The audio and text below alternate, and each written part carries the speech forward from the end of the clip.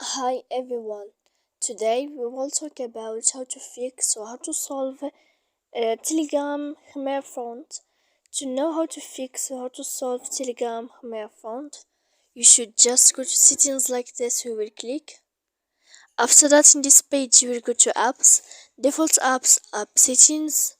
When you will see this list, you will go down to find the application of Telegram and you will enter.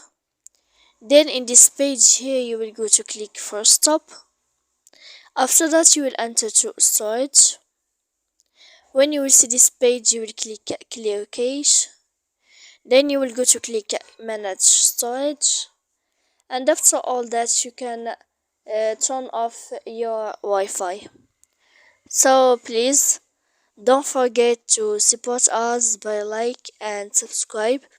See you next time in another video, and thank you for watching.